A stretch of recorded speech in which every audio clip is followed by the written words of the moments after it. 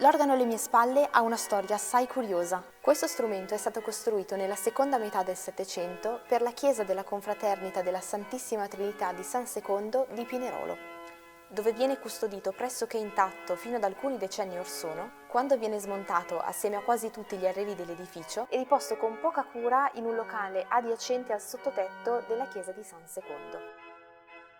Ritrovato in stato di abbandono nei primi anni del 2000, lo strumento è ora completamente restaurato e collocato presso la chiesa conventuale della Visitazione in Pinerolo.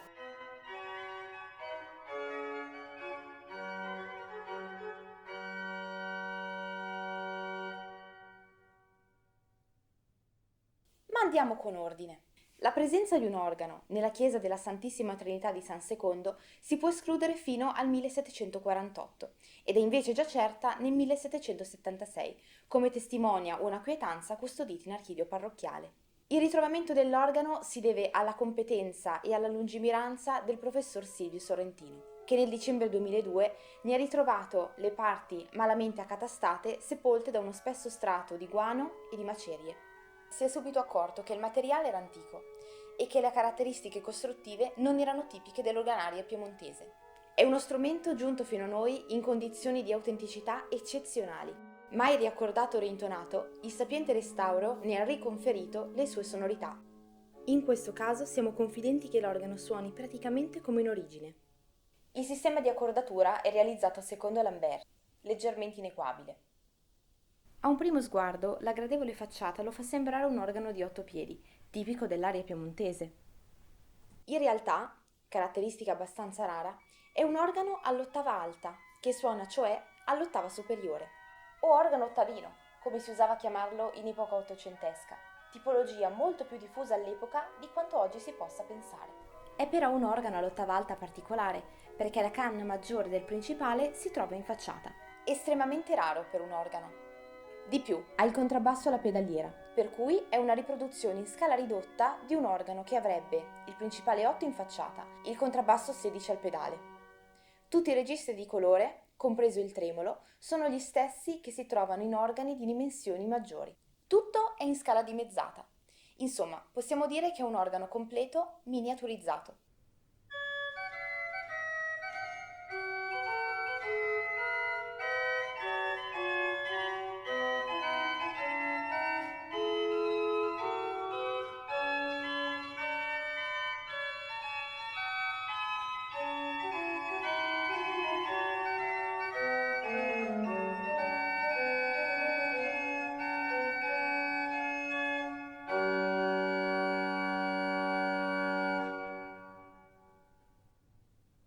Durante la fase di studio si è evidenziato che alcune particolarità non solo non erano piemontesi, ma neanche italiane. La cassa lignea è tutta costruita a incastri, come un lego. Non ci sono chiodi che la tengano unita. Il labbro superiore della canna centrale di facciata è sagomato a schiena d'asino, cosa rarissima in Italia. È una reminiscenza di prassi antiche, goticheggianti, che erano diffuse oltre Alpe. Ma c'è di più. La struttura del plenum, pur nelle sue limitate dimensioni, ha ritornelli più gravi rispetto al ripieno italiano. E le canne di facciata non hanno le bocche allineate, ma sono alloggiate su zoccoli ad altezza variabile. Altra rarità, l'organo presenta un flauto di legno unisono al principale.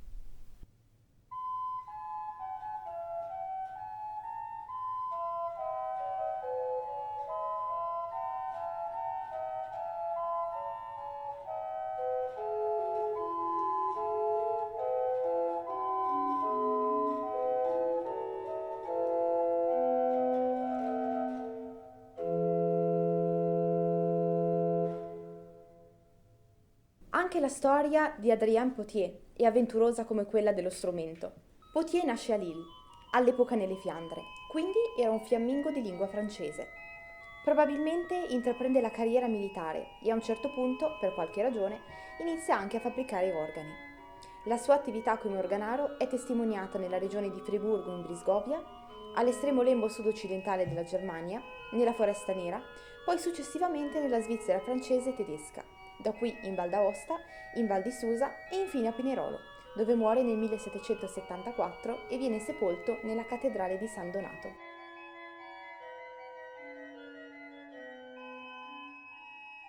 Potier ci ha lasciato testimonianza della sua personalità.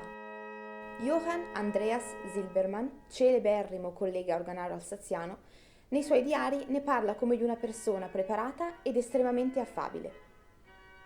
Nel suo testamento Potier lascia i suoi attrezzi di lavoro al suo garzone di bottega e si duole di non essere riuscito a garantire una vita più agiata alla sua sposa.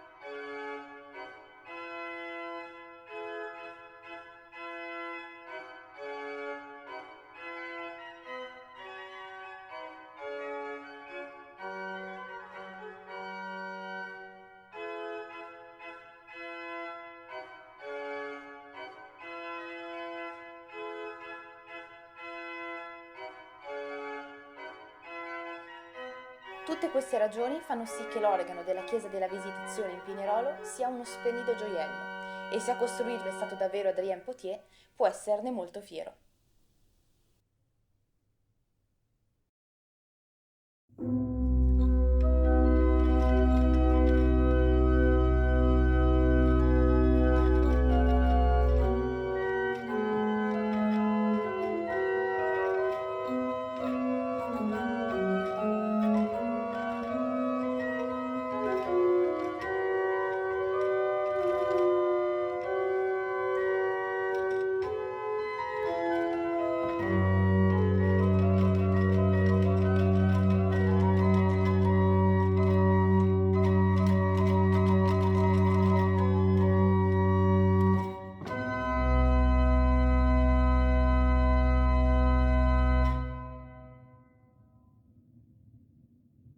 Un ringraziamento alla comunità delle Suore della Visitazione di Pinerolo, al maestro Walter Gatti e al professor Silvio Sorrentino. Alla prossima!